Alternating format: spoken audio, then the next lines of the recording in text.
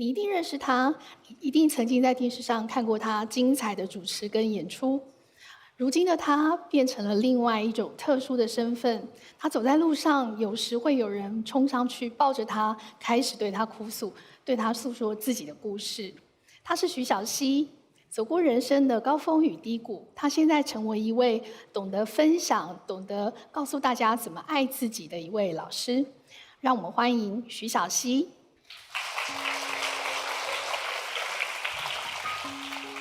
亲爱的自己，你觉得你会爱自己吗？你知道怎么爱自己吗？我觉得很会爱自己的人，请举手。一个、两个、三个。年纪不是很小的，就是比较大的。中间的人怎么了？啊？那些没有举手的大部分的人，你们是觉得自己不够好吗？是。还是觉得你没有得到别人期望你应该要做的样子？爱自己，为什么要说爱自己？这个很多人，大部分的人认识我，可能是从电视上开始的。在荧光幕前，我会介绍最流行的音乐、最时尚的穿搭，好像很乐观，永远都是光鲜亮丽的样子。是我，没错哈。但是它只是我人生的其中一个面向。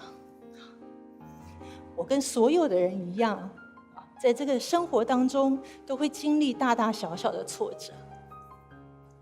今天情绪有点激动，因为我妈在，然后等一下会讲她的坏话。怎么爱自己？为什么要说爱自己？因为呢，我5年半前经历了一个人生很大的挫折，那个时候我离婚了。然后呢，在那一段期间呢，我其实饱受了很多的情绪有怀疑有挣扎，有纠结，有觉得很痛苦，有觉得很自责。为什么呢？因为所有的人从小就告诉我说，家庭很重要啊，给小孩一个健全的成长环境重不重要？很重要。从来没有人告诉我我很重要，所以呢，我就觉得这个决定，我好像让很多人都失望了。我让我的妈妈很伤心，她很生我的气，她也很担心。我就觉得我对不起我的小孩，我会不会毁了他们的童年？我会不会毁了他们的一辈子？但是我后来还是离婚了。我现在可以站在这边告诉大家，它是我人生最好的决定。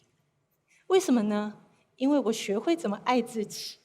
好，所以今天我们就要来讲讲为什么要爱自己。我不知道大家在连续剧或者是甚至你的真实人生当中有没有听过以下的对话？比方说，我对你这么好，你为什么这样对我？有听过？比方说，我为你付出了我最好的青春，我得到的居然是这个。比方说，我为这个家做牛做马，你居然这样对待我。这些话你可能听过，有，说不定你说过。我发现一件事情是什么呢？就是因为我们每个人都太想要得到爱了。但是如果你不从自己先爱起的话，你去牺牲，你去奉献，你去付出，你去讨好，当对方没有还你的时候，你没有爱你会觉得被遗弃、被背叛、被辜负。所以那个爱是很不健康的，是要还的。一个真正懂得爱自己的人，他给出去的爱可以很健康的，很轻松的。我就是喜欢你这个样子，所以呢，我觉得爱自己很重要。然后我要把我学会的，今天跟你们分享。爱自己要怎么爱自己？买名牌包，还是说去学彩妆，把自己弄得很漂亮？保养，这些其实没有不好我也很喜欢，对不对？下午茶、米其林晚餐多好，对不对？但是这些带给我们的快乐跟满足，都是很表浅、很短暂的。我们要找的是一个比较深刻的、有效的、持续的方法。好，第一件事情，不管别人说什么。这件事情听起来很简单，做起来怎么样啊？很难。你知道奥地利呢有一个心理学家叫做阿德勒，阿德勒最近超红的，大家都在看他的书。阿德勒有一句话叫做“所有的烦恼都来自人际关系”。他说呢，如果你要当一个没有烦恼的人，只有一个办法，就是呢独自生活在宇宙当中。啊，告可能，我可能，对。所以阿德勒跟我们讲两件事，一件事就是呢，我们有多么在意别人的看法；第二件事情就是我们有多么不可能去讨好每一个人。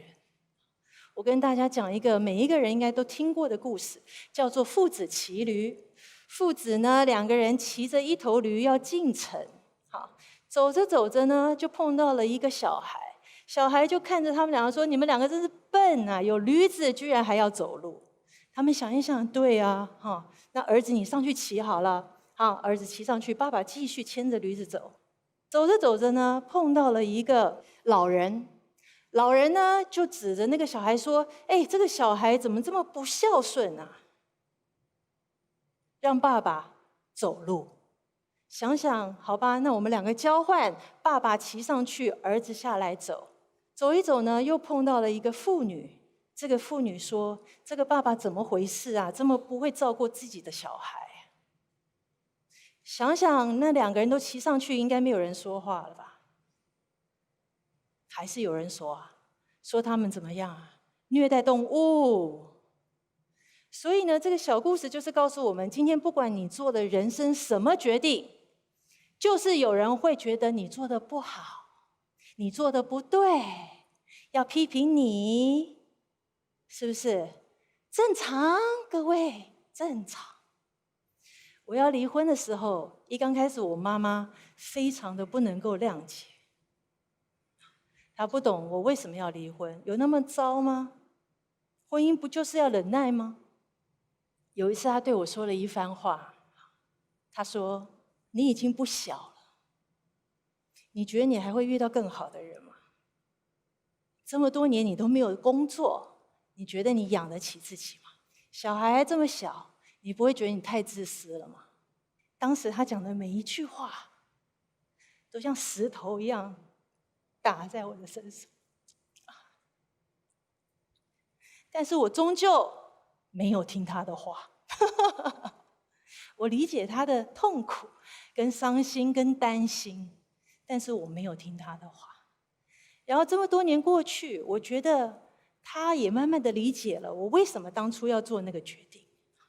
然后我觉得他也慢慢领悟了，我的人生是我的人生，我做了什么决定是我要去承担的。所以我觉得这件事情，为什么我说是我人生最好的一个决定？不是说我的前夫怎么样怎么样，我离开了他，我太爽了，不是这个意思，是说我自己个人的成长。所以第一件事情，不要管别人说什么，我不是要你一意孤行，我也不是要你愤世嫉俗，说什么人的话都不要听，不是的，而是我要告诉你，停止讨好别人。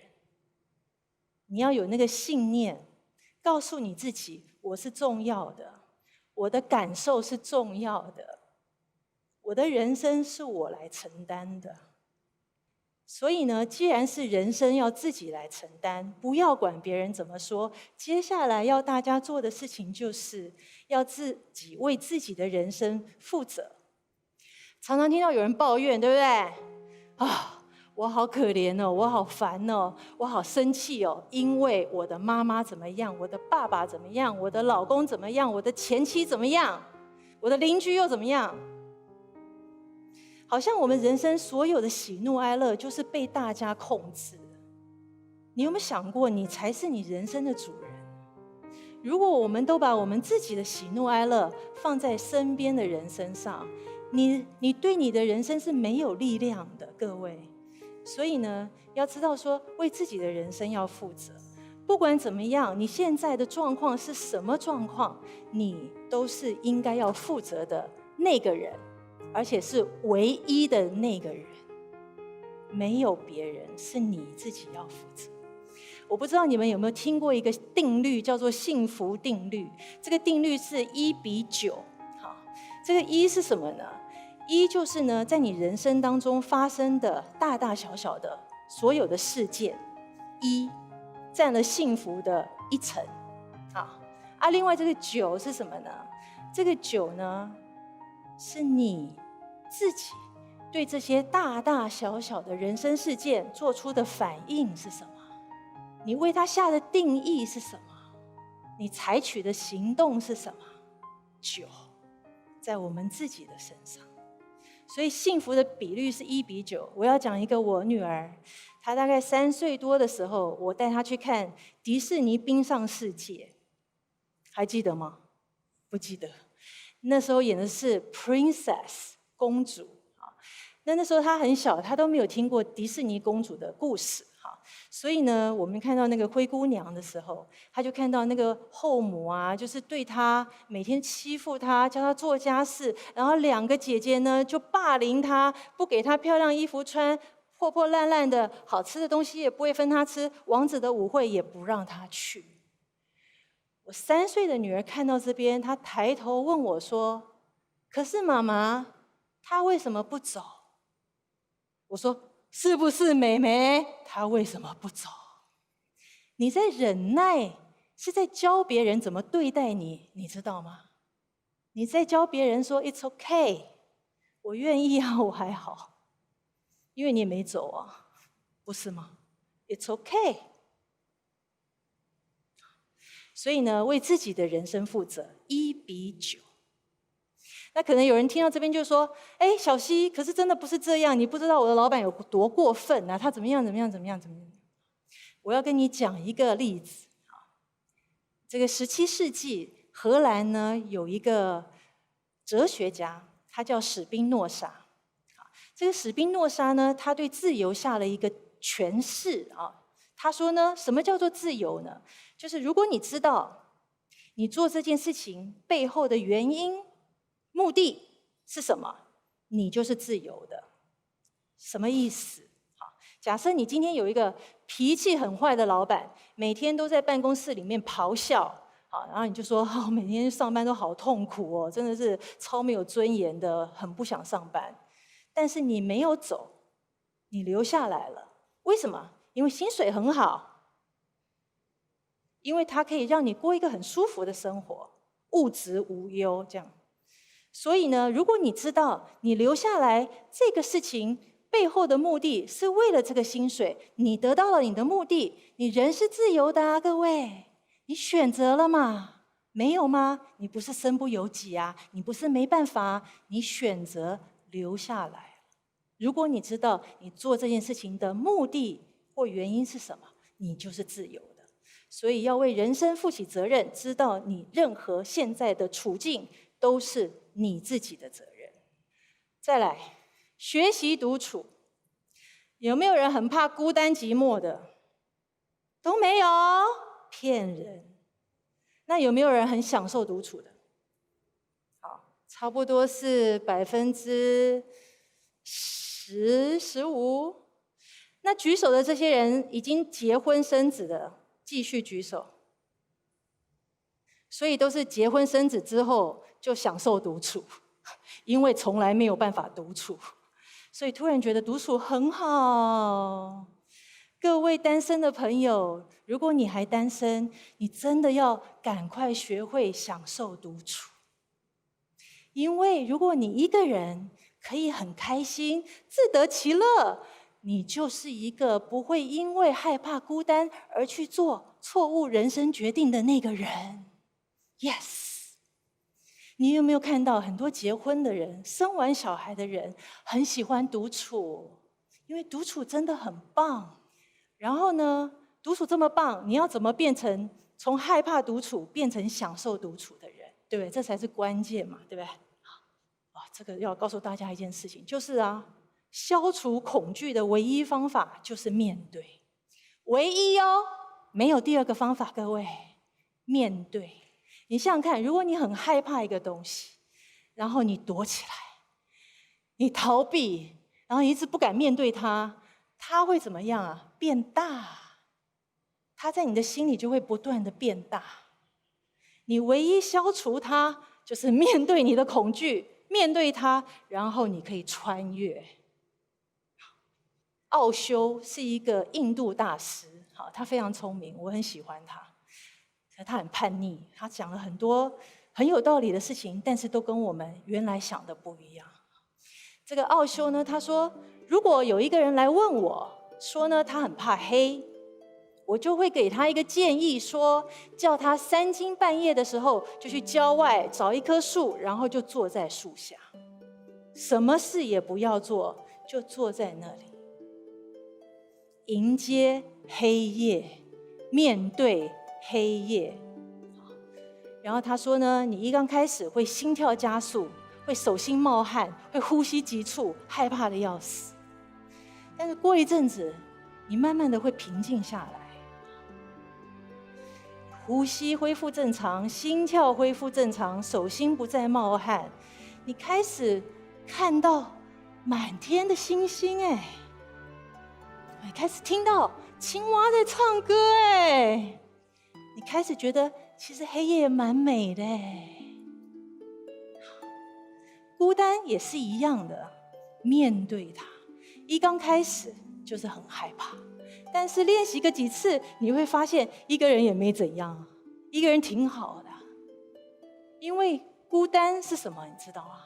孤单就是自由，爱干嘛就干嘛，不用讨论，不用配合，不用讨好，不用拍马屁，不用讲言不由衷的话，不用笑不好笑的笑话，爱干嘛就干嘛。孤单是自由，自由爽不爽？爽。所以面对你的孤单，你就会看到什么？满天星光，自由。好，再来，这个应该很好懂了。断舍离就是呢，检视你的生活，不要的就丢一丢，好的就把它留下来。东西也是一样，我们常常不舍得丢，觉得浪费，觉得这个总有不时之需但是呢，堆着堆着，你根本就忘记你有这样东西了，所以你又去买新的，然后又堆着，然后觉得不要浪费，但是你浪费了你家的空间，好几坪都不见了。所以不要的东西丢一丢，这表示呢，你的生活会轻松一点，简单一点。人也是一样，不需要的朋友丢一丢，那种会嫉妒你的，会一天到晚就八卦的、是非的，在朋友之间会制造问题的，老是讨拍的，老是扯你后腿的，丢一丢。留下什么呢？可以滋养你生命的，可以提升你的思想的，可以丰富你生活的。跟他在一起你都觉得哇，真的好好玩哦，好开心哦，哇，好有意义哦，好正面哦，留下来。那断舍离呢，我觉得除了这些我们看得到的人事物之外呢，我觉得还有一个东西是心态，就是呢，你要放手。放手这件事情很难，对吗？很难，因为我们都有很多的执着。所以呢，我要告诉大家，要活在当下，把你对过去放不掉的，你曾经犯过的错误，你错过的人，你受过的伤，放掉，因为过去已经不存在了。然后还有很多担忧在未来，明天怎么办？有小孩的，小孩长大怎么办？没小孩了，那我以后老了怎么办？担心不完的事情，放掉，活在现在。因为我们的脑袋里面呢，不是在过去，就是在未来。把专注力、感受力放到现在，这需要练习。要怎么样练习？可以叫做活在当下，叫做做一点让自己身体快乐的事。凝望，拥抱，拥抱要真的去感受，拥抱不是这样。然后呢，运动，做瑜伽、跑步啊、游泳啊，都很好。静坐，冥想，冥想其实不是要去想，是要不想。就是要从你把自己的脑袋里面那些乱七八糟的思绪拿出来，把专注力跟感受力放到你的身体上面。所以找一个你身体觉得开心的事情，然后把你平常已经觉得很习惯的事情，就是用觉知去做。比方说呼吸，感觉一下活着的感觉，活在当下，做一点让你身体快乐的事。走出舒适圈。我记得呢，在我离婚之后，有一年的这个跨年夜啊，我就在那边等待烟火，然后最后5、4、3、2、1 ，Happy New Year！ 然后那个101的烟火这样炸开的时候，我的脑海里就闪过了2个字，叫做 Why not？ 为什么不要？从此以后呢，我就常常拿这2个字来告诉我自己，为什么不要？你要把你的态度从为什么要变成为什么不要，试试看，走出舒适圈。走出舒适圈需要有一点勇气，一点胆量，一点动力，因为就是不舒适嘛，对不对？离开你的舒适圈。但是呢，这个会让你变成一个很有趣的人，你可能会尝试很多你从来没有做过的事情，是吗？你可能会觉得，本来我以为我不行，结果我可以耶。你会有丰富的生活，你会变成一个自信的人，有趣而且自信的人。因为你的自信就是一点一点走一步，走一步，走一步，发现，原来我的舒适圈可以越来越大。这个就是你自信的来源。好，这些呢，就是我今天跟大家分享的这6件事情，然后我希望你们跟我一样，会持续的、不断的去练习这6件事情。因为呢，爱自己很重要，你很重要，你的感受很重要。而只有我们尊重了我们自己的需要，满足了你的这个感受之后呢，你才可以分出去的东西都是健康的。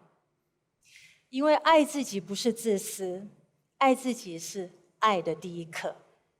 谢谢大家。